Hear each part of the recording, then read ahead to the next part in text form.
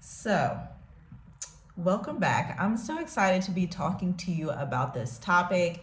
As you know, I'm Tiffany Garside. I'm an email marketing strategist and have been for the past 8 years. I've worked with over 221 different businesses. And before we get into the meat and the bones, the meat and potatoes of how to write and develop your own email marketing strategy from scratch so you can expand into any territory, any area of the world, I want to start by telling you about some phenomenal client wins that we have had this week on the creative agency side.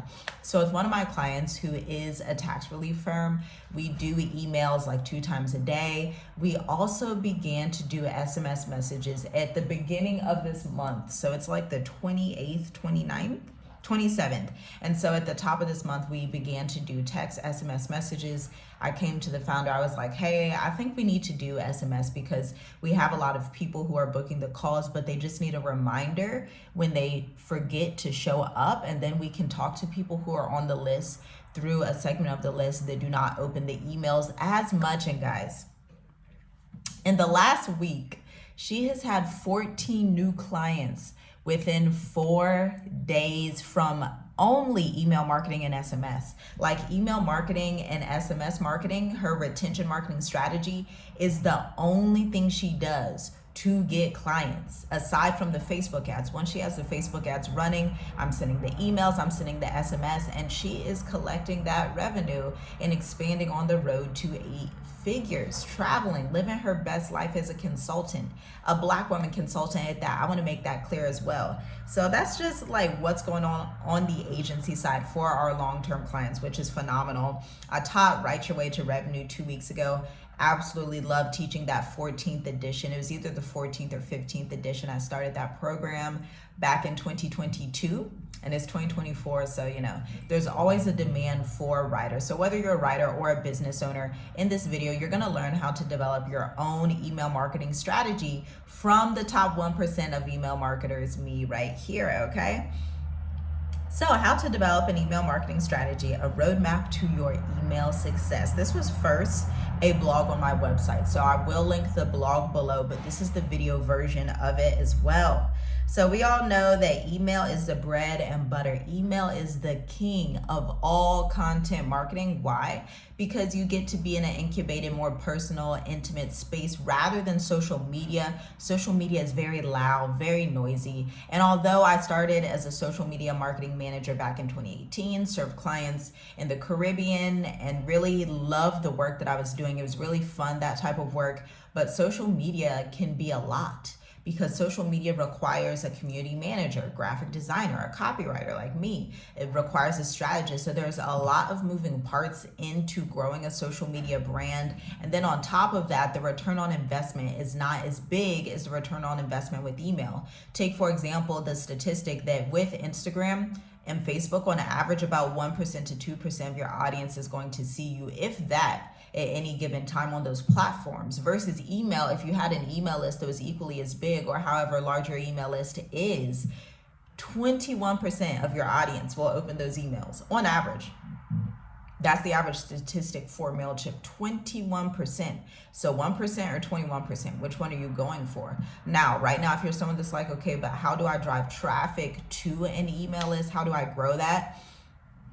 You can do that through networking events, like virtual networking events, and start teaching classes and pulling signups. Like every month, we just did a consultation about 3 weeks ago with a business owner that is merging their business from Rwanda to Africa. I shouldn't say merging, but they're importing and exporting. Okay. And so she was like, okay, how can I actually increase my audience base? And I was telling her, education. You are extremely educated in this topic. Understand that marketing is not marketing. Marketing is educating. You have to be willing to show up and educate your audience relentlessly most days of the week, or else you won't have a business. If you don't open the doors to a brick and mortar business like your favorite bakery, if the owner of that bakery doesn't open the doors Monday through Friday, then you can't go in and get anything. And it's the same thing with your business as an education consultant.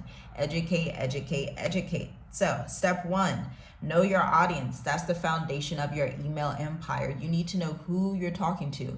And I'm not talking like how old they are, what kind of things they buy, some of these different demographics that don't matter as much. Let's focus instead on psychographics. What is the way that this person thinks? Is this person a quiet lurker buyer and they look at my content for a few weeks, a few months before they ever reach out? Is this person going through a podcast to find me? Is this person searching on Google and coming across my blog? Looking at the psychology of the steps that they take before they find your business, okay? This is going to show you how to write your emails and how to articulate your emails, especially through your welcome sequence. Because with email marketing, you first have a lead magnet, a free resource. It could be a checklist, a webinar, a ebook. Ebooks are really great. White papers are really great for high ticket services. Just look at the statistics in B2B, tech, HR, education, and finance. And then after that, they're going through a welcome sequence. This is a set of automated emails that should be taking them through the buyer's journey. That's where step one comes in. Understanding those psychographics of what they're thinking before they come across your offer. What books are they reading that is either helping them to educate themselves on your topic, or that may be something where you have to bust some myths so they can get to the understanding that they need your solution, okay? Those are psychographics. After they come out of the welcome sequence, that could span about 2 weeks or a week. It should be super consistent, a drip campaign of emails. After that, you're sending regular newsletters. At least 3 to 4 times a week, regular newsletters at the very least, because you have to have those repetitions, especially in 2024, because the 2022 buyer is different than the 2024 buyer, okay? I took a tech sales engineering program, and it must have been, oh wow, it must have been 2023. It wasn't even this year. Yeah.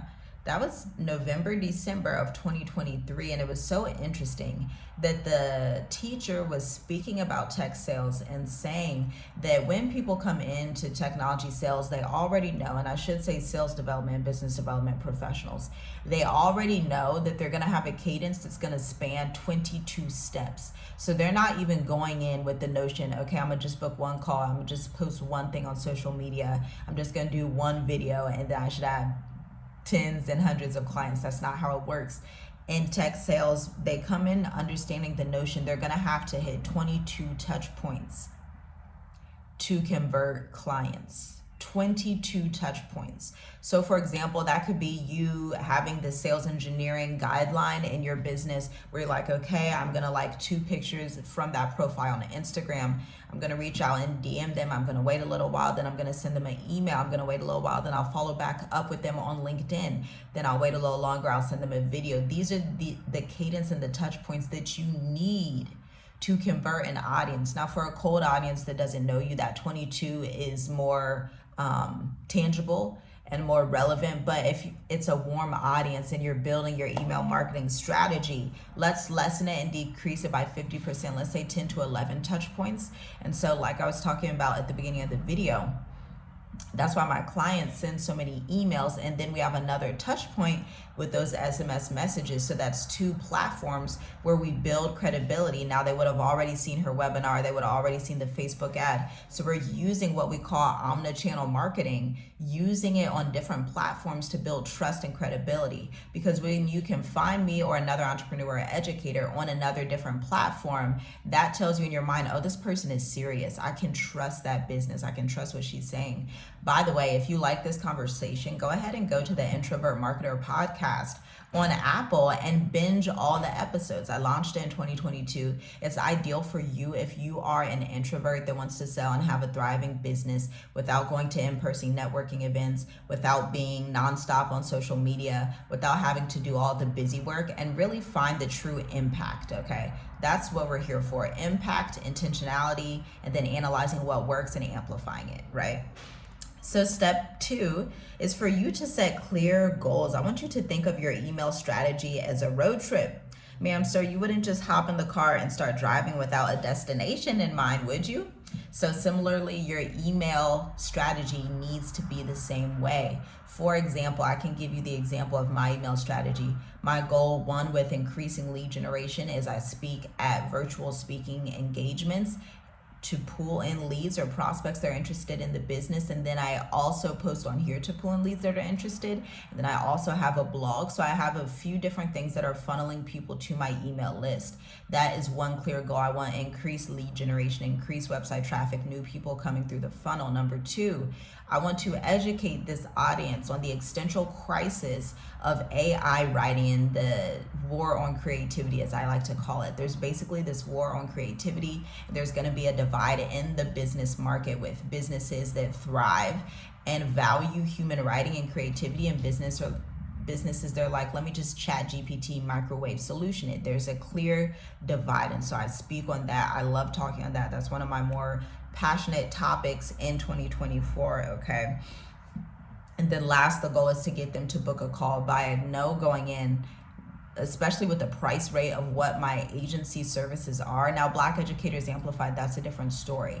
That's $1,100, right? But the price rate of our agency services, we have consulting packages that are $46,000 a year, that are signed on a term of 3 to 6 months and then eventually 12 months. So if I know I'm selling something that's very complex, I'm allowing myself to go in again with that notion of, okay, it's going to take more touch points. So obviously I'm going to be emailing 3 to 4 times a week. Obviously I'm going to be talking about the different speaking engagements I'm doing, because I need to build credibility and educate the audience to eventually get them to book a call. Because in our agency, the average client, now we have two sides. We do have clients because our elevator pitch is strong and our social media presence is strong. We will have clients that find us through search engine optimization, look at the Instagram profile, look at the website, and they're automatically like, yes. And then the other 50%, we have clients that just watch for about 6 months. Once they hit that 6 months range, sometimes it's even 4 months, they go ahead and want to work together because they just needed to build a little bit more trust and authority and even get things together in their own business to even ensure they're ready for that high level of retention marketing, right? So that's like how you would set your goals, understanding what your specific goals are for your business, then tying it to email marketing. I also did this as a social media strategist. I would always tell clients, you're not here to be an influencer. You're not here to just amass thousands and thousands of followers. Each piece of content has to serve a specific problem in your business. We're not just randomly posting. We're not just lifestyle posting, unless you're a lifestyle blogger, that's something you can do. But when you're a business, you're a firm, you're a finance company, you're a med spa, you're an e-commerce brand, you are a banking institution, you are a enterprise or an education consulting firm that wants to sign clients, work with clients, educate clients, and work in your industry independently. You have to think that way. Think like a CEO. Don't think like an influencer. Step 3, craft your value proposition. This is the heart of your email marketing strategy. Now, your value proposition is the thing that differentiates you from everybody else. One of my value propositions is that I don't write AI regurgitated content. I write non-AI regurgitated content. I'm big on empathy. I'm big on emotional appeal and understanding the psychology behind your audience when I'm writing emails. So that makes me stand out a lot. I actually don't know if any email marketing strategist, let alone social media strategist, that has that as their brand identity. So you want to do the same thing in your business and find out what makes you stick out. And Black Educators Amplified, one of our clients came in just from this last cohort, cohort 3. And at first they were doing like travel consultations, stuff like that, expat consultations, very general. That's still very general in the realm of travel. And instead, going through the program, they then honed down and niched in on, okay, let's work with retirees and specifically families. Now let's also take out the psychology behind what these people are thinking, what they're going through as they're preparing to shift their life to a different country. Those are two wildly different areas than just saying I help expats and saying I help retirees and families. Those are two wildly different areas, because the expat could be like a 21, 22-year-old that probably doesn't really care about doing the logistics of getting ready to move and to travel abroad. They just want to wing it. They're a 21, 22-year-old versus you're dealing with somebody in the age of like 45 to 65. They want to make sure all the logistics are there. They want to hear your story in depth. They want to see case studies. They want to see the banking. They want to see all of the things, right? And so think of your business like this as well. Find ways to niche down even more, especially in 2024. Step 4 is the art of personalization. Personalization is, I used to be a psychology major, phenomenal. I absolutely loved it. I love psychology. I love understanding how we as humans think. And personalization is that thing that's really going to kick off your email marketing strategy, okay? It's the difference between people seeing your emails all the time and they're like, man, this kind of sounds like that ChatGPT email I got from that last business owner just 45 minutes ago, not going to open it. And you having that personalization to say, hey, I was listening to X, Y, and Z podcast. And then they're like, oh, I listened to that podcast too. Let me open this email. They seem kind of relatable. That's personalization, creating that relatability factor. Number 5, we have designing your email sequence, the narrative arc of your strategy, okay? Now, I want you to think of email as a chapter building upon your last, creating intrigue and moving your reader towards a satisfying conclusion using psychological copywriting techniques. This is what we spoke about earlier with the welcome sequence, that buyer's journey. It's basically like a book, like I have a book here, the 4-Hour Work Week. And so from the beginning of the book, the author is taking me through the context, the backstory. Think of that. The first email in your email sequence, the second email, the third email, the fourth email, the fifth email, the 6th, the 7th, the 8th, the 9th, the 10th, okay?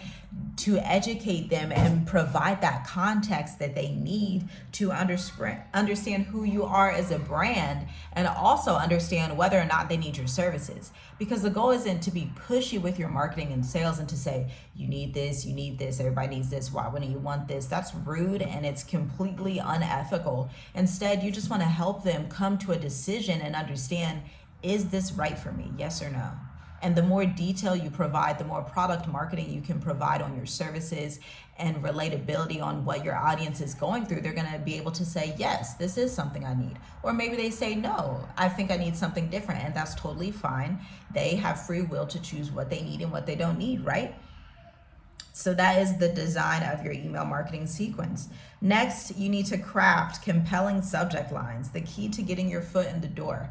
What I'll try to do actually in this video is link also this other blog in the description, because I wrote a phenomenal blog on the top subject lines that you can use. And this is so important because similar to blogging, if you have a blog on a website like the top 5 home security systems, and the headline's powerful and somebody's like, yeah, I definitely want to look at that so I can learn those 5 home security systems since I'm already looking for a surveillance system on the market, versus you writing a blog that's like, why home security systems are great. That's very bland. And so it's the same thing with your subject line. Your subject line is basically the headline, the title of an article, the title of your email.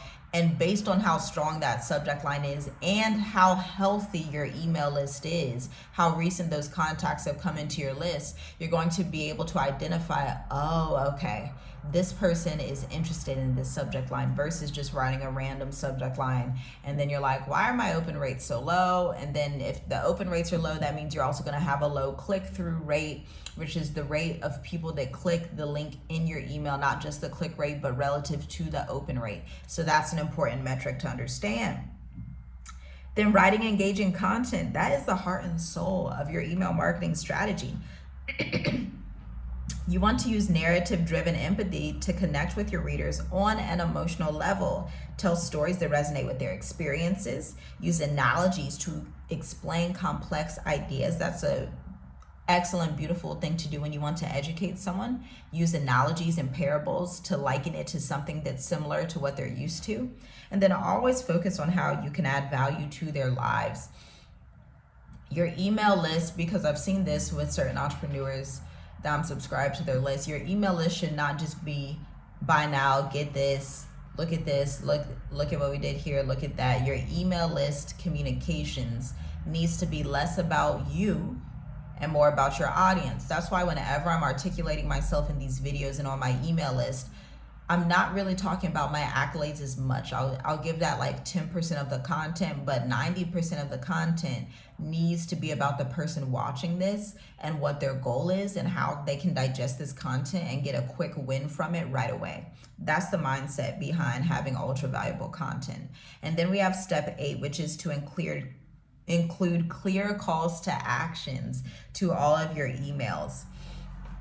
So your CTA, your call to action, is like a tour guide, and it's showing your readers where to go next. Make it clear, compelling, and easy to follow. So it should not say buy now. It should not say just book a consultation. Instead, you want to show that audience, that person that's reading the emails, what they're going to get out of clicking that book a consultation call.